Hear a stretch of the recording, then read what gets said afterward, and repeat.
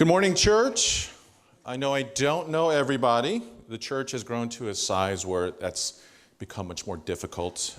My schedule causes me to miss a number of Sundays, so let me introduce myself. I'm Gene Kim. I was born, raised, educated in Michigan. Go Blue, national champions. Go Blue. In the early years, once I became a believer, I spent a lot of time serving God without reservation. Youth group, college, ministries, teams, leading Bible study, presiding services, missions. It was to the point where it was too much. It was to the point of burnout. So I stepped back from doing a lot of those things and decided I would serve God in like one or two big ways at a time. I didn't want to overextend myself like I had done a number of times before. And then fast forward, I moved to Hawaii to marry my most amazing wife, Mina. I believe the Spirit speaks to me through her just as much as the Spirit speaks to me through other means. And then I realized that's probably an underestimation. And then later on, my daughter Hannah was born.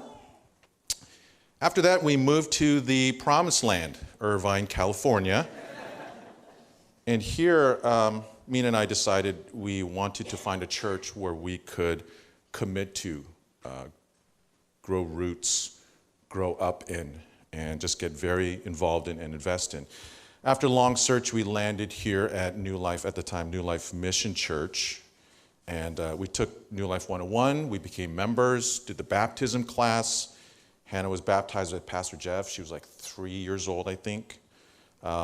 We had served together, participating in and leading what were called growth groups at the time, now morphed into more life groups, and now leading discipleship groups. And then years ago, nominations for elder came, and I was honored by it, but I also had reasons not to. Reasons meaning I had excuses. I had an irregular schedule, like I mentioned. I can't make many Sundays. How could I commit to make other meetings too? Hannah was young. She actually wanted to spend time with me. She hung around my neck every waking moment, which was nice. And I wanted to cherish that while I could. I didn't want to overextend myself and burn out again. At this point, I had a family I had to think about. It wasn't just me that would be affected if that happened. And so I turned down the nomination with the same excuses over and over again. Then, almost exactly 2 years ago, my dad died. I never had anyone close to me die before. It was pretty rough. 2 weeks in the ICU over the holidays. The majority of every day was spent there. It was exhausting, physically and emotionally. It was exhausting. And this is where New Life turned up for us. Pastor Jeff and Pastor Lewis, they were both so willing to officiate the memorial service. It was back and forth, and Pastor Jeff won out because he had less COVID at the time. And on such short notice, I think it was like the day before, he officiated and gave an amazingly comforting homily. Jamie, she took over the meal train for us, even though I believe they were going through something themselves at the time too.